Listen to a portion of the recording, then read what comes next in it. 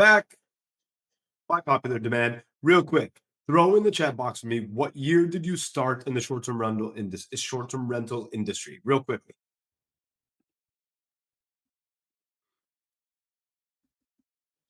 Let's go. I don't see any. Me, the else, 22, 21. Not everybody at once, please. Frank Bosi, not to be confused with Frank Fuad Bezzi. 2020, Jody Odlin, 2021. They're coming, right? If you've been in this industry for the last several years, which everybody here has, I haven't seen any recent ones, then you know who the hell Madison Rifkin is, and you don't need me to introduce her. Guys, to my speech yesterday, I'm way more an entrepreneur than I am a short-term rental host. And this girl has all of us beat in age, when she started, where she started, and where the hell she's going. So not only do I want you to pay attention to what she's what I want you to the hell do I get my kids to start as young as Madison Rifkin did? She's a rock star. She doesn't need any more introduction than that. We're so pumped to have you, Madison. Let's go. Thank you. Yeah, well, take it away. Hi, everyone. Welcome to our talk on content creation and influencers and just the whole works. I am just going to jump right in. So, I'm the CEO and founder of Mount. We're technically a company that finds the world's best hidden gems, but really, why we're in the short term rental space is we connect short term rental properties to local businesses so you guys can work together. I did start this company when I was 12 years old. I'm 28 now, so it's been a journey and a half. Used to be a nomadic traveler, hence why we're in the travel space. And actually, now I have over 40,000 followers on social media. So excited to talk to you guys today. And what we do to get the word out about our hidden gems is we work with influencers and content creators. And we have a whole program that vets, curates, educates, and finds the best influencers to work with. And I've brought a few with me today to talk to you guys about content creation, influencing the full works. So I'm going to let them introduce themselves as well. Ryan, hand it over to you. Hey everybody, my name is Ryan Thompson with Seeking Discovery. So I am a Mount steward and I work with short-term rentals, tour operators, and travel boards to help promote tourism to certain regions, as well as have been a nomadic traveler for the last 4.5 years in a school bus tiny house. Hey everyone, I'm Megan Banker. On the internet, I'm known as Wandering with Megan. I am an outdoor adventure and travel creator. I'm also a chiropractor, so I kind of dabble in all of the spaces. I do small business consulting as well. So I have a decade of experience as a small business owner, also consulting small business owners, and then translating that into content creation and brand strategy. Awesome. Well, excited to have you guys here. I'm going to let them dive into their expertise shortly. But to get us all on the same page, I wanted to just go over why social media influencers are so important when it comes to running your short term rental business. First of all, 76% of all of Gen Z worldwide is using TikTok. That's an insane stat. And they're not just using it to look at videos, but they really are using it as their search engine to find inspiration, and then when they find something they want to do, you best believe they're going to be traveling because we are not about saving. We're all about our disposable income. Um, we also have 33 million Gen Z people on Instagram. So, again, just another amazing platform where you need to be prevalent. We're essentially fact checking your brand if you have one. And if you're normal, a great place to stay, all of those amazing things. And so, if you aren't on social media, you're just not going to be coming up in the search for these people. And you're most likely not going to get bookings from these people. Um, just to drive this point home, if it's not already like there in your minds, 1 in 4 people, that's not generation specific. So 1 in 4 people are using social media as their primary search engine. So call it 5 years ago, most people were using Google. Then the marketplaces popped up, the OTAs, people started using that. Now you have AI, ChatGPT, and people are using that. But still, social media is super prevalent. So if you're not on there, people are not going to be able to find you. You're not going to drive those direct bookings. And it's just you're starting behind. So I would encourage everyone, if you aren't already, to get on social media. As a brand, you can be there personally, but brand is helpful. Today, when we talk about social media, just for context, we're talking about TikTok, Instagram, and YouTube. There's others out there, but these are where like our expertise lies. So just know that, if we say social media as a blanket statement, these are the platforms we're talking about. And good news is you can use one piece of content on all three platforms. So it's not, you don't have to do extra work. Um, so diving into influencers or creating content, we have a whole presentation that could span like an hour and a half if we were to go into both of these. For the premise of this presentation, we really are just going to be talking about influencers, how you work with them, how you find them, how you leverage them to grow your own brand on these social media platforms, to use it as a channel to drive direct bookings. That's the ultimate goal here. Um, you can totally go and create content on your own and do that. That's just a whole different talk. And like, if you have questions about that, we do help on that. So we can help you understand it. But we only got 30 minutes and we're on a time crunch. So influencers it is. And that's really what Ryan and Megan are experts on anyways. So I'm going to turn the floor over to them to go through some slides. And basically the idea here is get a little information from Ryan and Megan. I'll probably jump in with questions um, as we're going, just because I can kind of moderate that way. And then we're going to leave a big chunk of time for questions from you guys. So put it in the chat Q&A. We can see it all. We're going to answer those in real time, and they can be as specific to like your social media pages, whatever you want. Like, we're really here to help you guys implement this, learn, get what you need from social media. So, ask away. That's why we're here. But Ryan, I'll turn it over to you now. Actually, we're going to Megan Oh, first. sorry. Me first. Megan, we'll turn it over to you. I think we could both ping pong on these quite a bit, but so we're going to talk about working with influencers and what we mean by that. In the very beginning of content creation, and it's still a little bit of the wild, wild west, but it's starting to get a little bit more standardized. But it used to be, you could give someone a free stay, you could give someone free product, and they would do a thing for you, and it'd be great. But it wasn't really regulated, and the days of that free work those days are definitely over. They should be, because creators and influencers are doing work for you. And I'm a firm believer in you get what you pay for. And if you're giving someone a free stay and there's not really a contract, you might not be getting exactly what you're looking for with that influencer. So when we're talking about working with influencers, these are paid professionals that are working with you to increase your marketing. And we say marketing, that doesn't necessarily mean they're driving direct bookings, because working with an influencer, working on social media, that is all about creating awareness about you and your business and your brand, so that when someone has decided that they want to travel to wherever your short-term rental location is, they already know who you are because they've been seeing you all over the place. I just came back from a 2-week trip in Japan, and a lot of that trip was planned on things that I had seen on TikTok.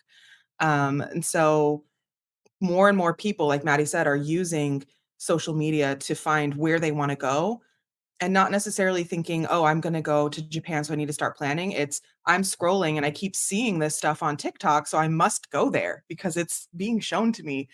So the way that people are finding things is changing, and if you're not working with an influencer, you're really leaving that awareness on the table, because if they're not looking at you, they're looking at somebody else. So when you hire an influencer, you're working with them to make sure those eyeballs are looking at you. And so when we talk about, okay, we know that we need to pay them, what do we pay? That's where it is still a little bit of wild, wild west. So it kind of depends on what your goals are, and what kind of influencer you're going to be working with. And that is really on you as a business to know what your brand identity is, what your marketing goals are. You can't leave that up to the influencer. I've had a couple of contracts before where they've said, "Well, we want to work with you, just do what you do." But I do a lot of things. And so if you go into a crowd and you just start screaming, no one's going to be looking at you, or maybe they will. But if you go into a crowd and you say someone's name, chances are people are going to look at you. So that's kind of what we think about when it's working with an influencer. You need to have a targeted goal, you need to have a plan, and you need to have a budget. And if you have any issues coming up with that, if you're working with a professional influencer, they should be able to help you they should help be able to help guide you on coming up with those things. Can you get So the Megan, next? question, because Yeah, the price is so crazy different there, like 150 to 10,000, sure. what's like a realistic ballpark for someone if they want to work with an influencer? Like, what are they going to have to pay? Can it be in exchange for a free stay, or is that unrealistic now? Like, what's it all looking like? I don't think it's completely unrealistic. I think it depends on what kind of influencer you're looking for. There's such a wide range. We have things like micro influencers who are new. They don't have maybe a huge following, and then you've got macro influencers who have millions of followers. I think the trend is now switching a little bit to going into more of a micro situation, because micro influencers, while they have smaller followings, they tend to have more engaged followers because the pool hasn't gotten so big now, right? If you have a million followers, not all of them are going to be super engaged. Um, and so really you're trying to find that sweet spot between someone who is in your niche as well. I oftentimes get asked to do social media work for people who have like luxury spa brands. And while that would be delightful for me, I'm an outdoor content creator. So it would be a mismatch to hire me to go do a luxury stay somewhere if my audience is coming to me because I'm an outdoor influencer. As much as I would like to do a luxury stay. So you can definitely work with an influencer. I have not met one influencer who has a staunch policy on what they do. And if they do, fine, respect that. But most influencers do this because we love it and we want to help support the industry that we are doing content in. We're talking to STR owners. And so, of course, we all love travel. And it just kind of depends on the influencer and what the goals are. It also depends on the contract. If you're wanting me to come for an exchange stay, I'm probably not going to do as much work for you as if it was a paid stay. So you can always work with the influencer to say, hey, this is what I have to offer you. And can we find a match somewhere? If the budget doesn't match up, if they're asking for more money than what you have, they might do less deliverables. It just kind of depends on the negotiating.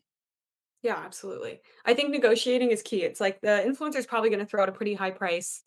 We can come down from that, but uh, I know this because we educate our creators and influencers. It's like try and throw out a price. If someone says yes, that's your new floor, and see how high you can go, see how low you can go. But at the end of the day, you just want incentives to align. So if someone really wants to travel to that destination, they might be saying yes more than someone who's probably not on their radar to travel there. Yeah, absolutely. I definitely have done my fair share of negotiating around depending on how bad I want that particular contract. So it's like any other business. Jenny, fantastic question. I believe that's in one of our later slides, so I'm just gonna pause that Yeah, question quick, but we'll come back to that. But I am just gonna switch the slide real quick. Megan, that was super helpful. yeah. If you want to go into detail about this too. Yeah, so I mentioned before, you really need to have your goals defined, and that helps you find which influencer you're looking for. So, are you looking for brand awareness? Are you looking for an engagement campaign, something like a giveaway where you want people to like your page, like their page, you give them something away? Are you looking for direct bookings, which of course everybody is? And really just defining what is the purpose of this, because you and the influencer need to know what that is. If you're hiring me as an influencer and I think that I'm doing a brand awareness campaign and you think that we're doing user generated content, that's going to be a mismatch and you're going to be disappointed with your investment. So you really need to make sure that you know why you're hiring this influencer, and what the project goal is. And if there are multiple goals, that's totally fine. That also might increase the budget. So just think about what is the most important aspect of your marketing that there's a hole in that you're asking that influencer to fill for you. Yeah, absolutely. And I think it's also important to just realize like one piece of content is really great, but it's not going to do everything for you. And Mhm. so one piece of content could drive following, another piece of content could drive direct bookings, but doing both probably is not going to be happening because the call to action is different and they're just, different pieces of content. So just something to think about, I think for sure. Um, Totally. cool. And then the last kind of piece of this puzzle here is identifying your audience. I mentioned that earlier as well when I talked about you wouldn't want to really hire me to do luxury stays because I'm an outdoor influencer. So you really need to know as a brand, as an STR owner, who is coming to stay with you, who are the people that you're looking for. If you run a family stay, if that's who you're looking for, if you're looking for families to stay with you, you probably shouldn't be hiring the 20-year-old party girl influencer. she's great. She's good for bachelorette party stays, if that's what you're into, but she's not going to be the family stay person. And same thing if you're looking to bring in bachelorette parties, if you're looking, even in, I've worked with people who are looking for an older demographic that hired me because I had a decent amount of older people that had the money to do the thing that they were hiring me for. You just have to know what your audience is and then find the influencers that have that audience. You're really leveraging us and our ability to curate audiences that trust our knowledge and trust our recommendations. So it's really a leverage thing here. And if you're leveraging the wrong audience, you're going to be disappointed with your investment. So we really want to make sure that you're choosing the right influencer for your audience and really know your audience. When I work with small business consulting, I'm always telling people, like, you need to get hyper vigilant about knowing who your audience is, knowing where to find them, knowing what is interesting to them, and just really knowing your target audience. And that will help you drive your marketing goals, whether it's with influencing or just in general. Yeah, absolutely. It's a really good point.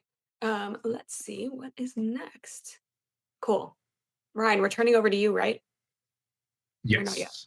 So I see that Amanda kind of asked a question about traction, views, things like Mhm. that. So that kind of ties into the research side of things as well as you're trying to identify an influencer to work with. Realistically, if you're working with a professional influencer, they should have data to back their claims.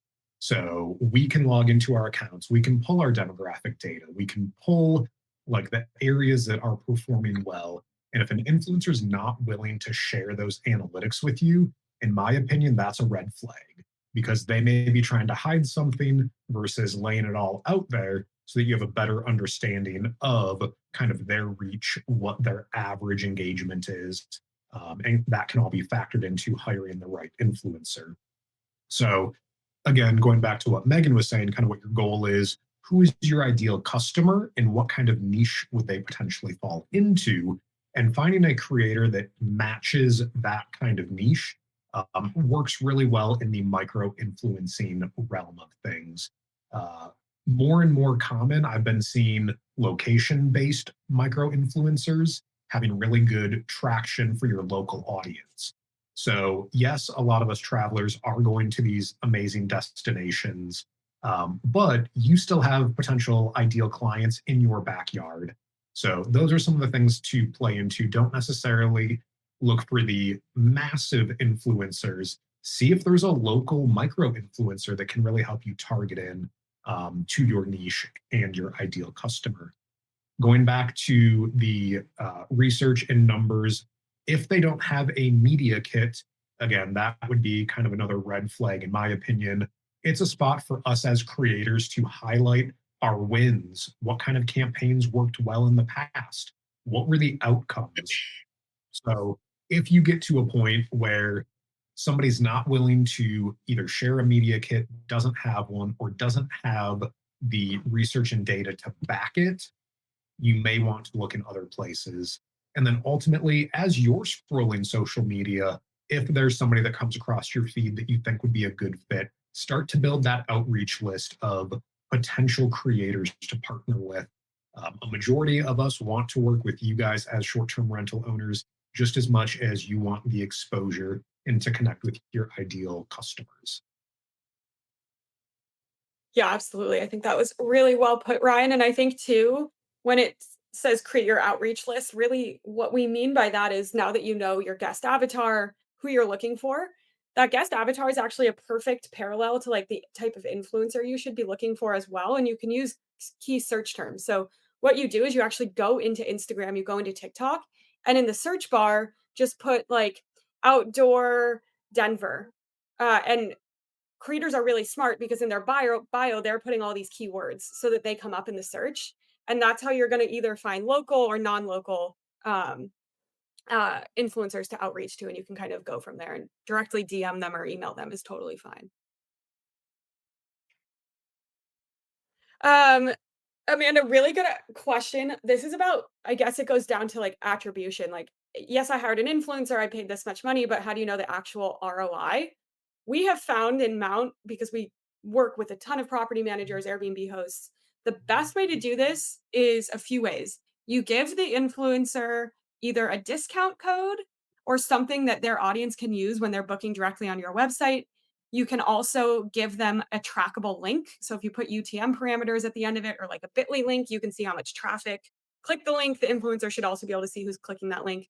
But I will say what we have learned with all of those tracking mechanisms, people are still very simple in the fact that if you say the brand name in the video or in the caption, they're going to Google, putting it in there. So therefore they bypass your link and then they forget to put in the discount code because everyone thinks the discount code is great. So many people forget to use it. It's why you don't use your gift cards. I think people just forget.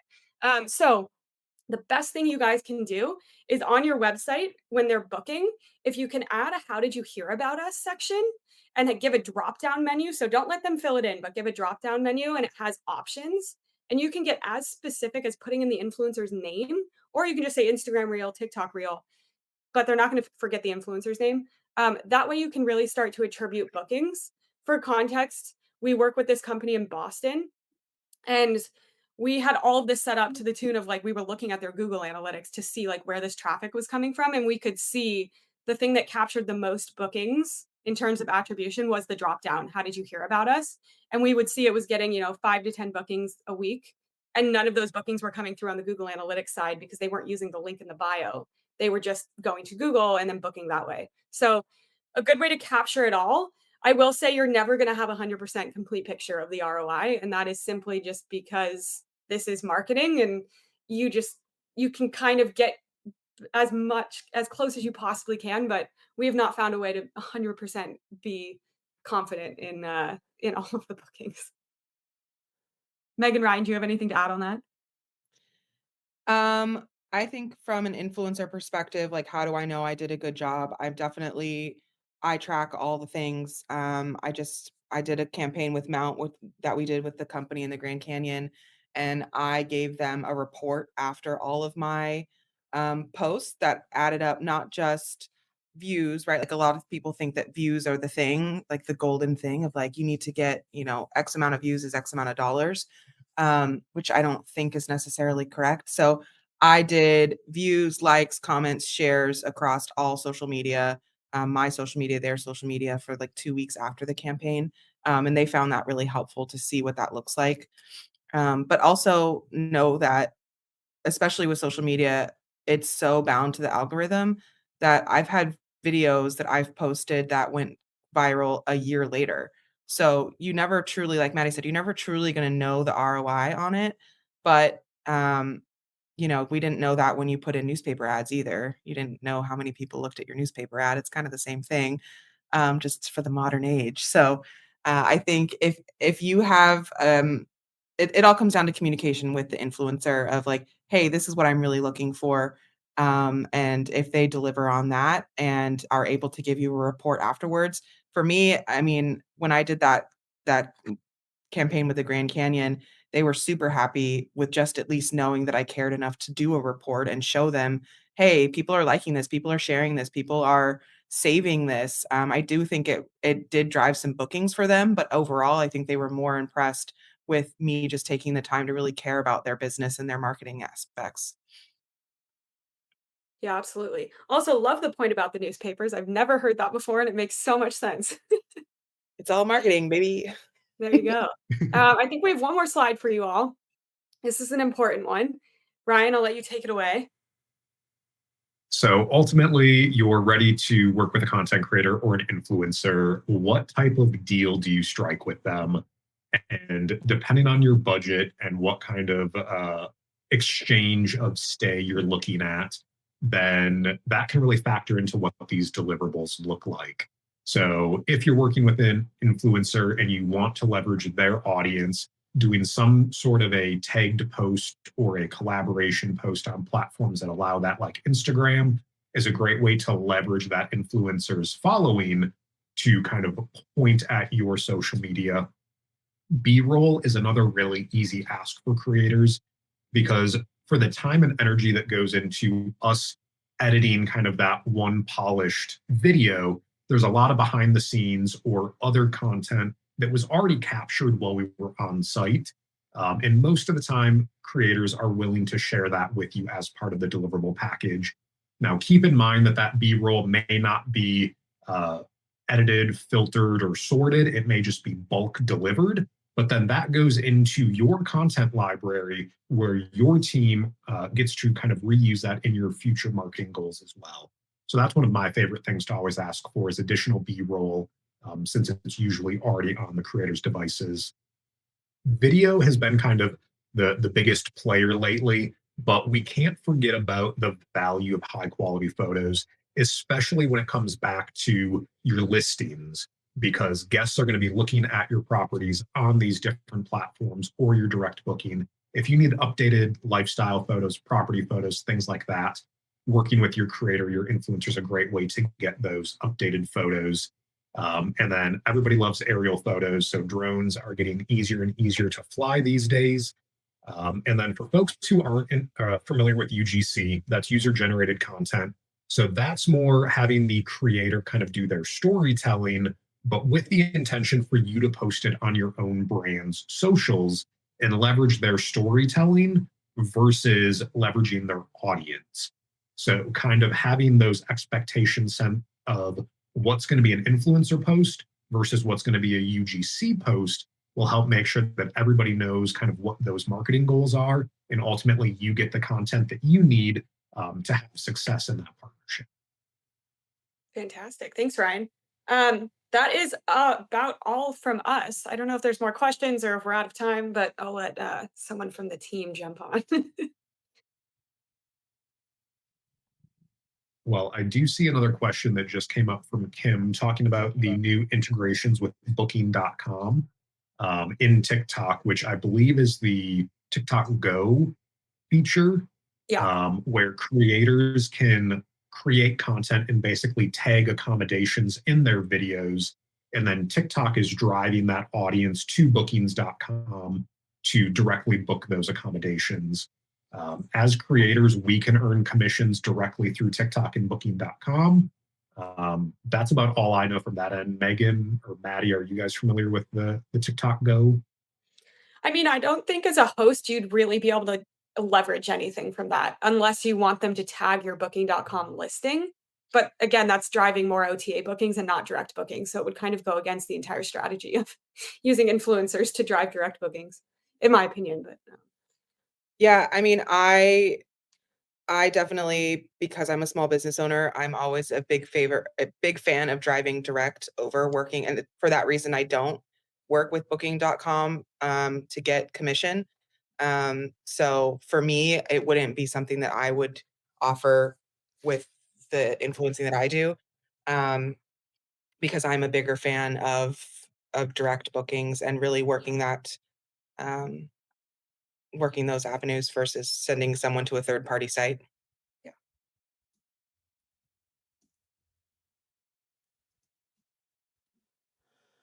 Well, I mean, I can tell you guys simply, this is fantastic. And I can tell you a simple story about, when I first got into this, I didn't know what the hell strategy I had, but I knew that, for me, it was a real estate play and then I needed to raise capital and raising capital to buy more deals. And my real estate mentor, he said to me one time, he said, "Listen, I've known you for 3 months, and I've been following you on social media, and I know three things about you.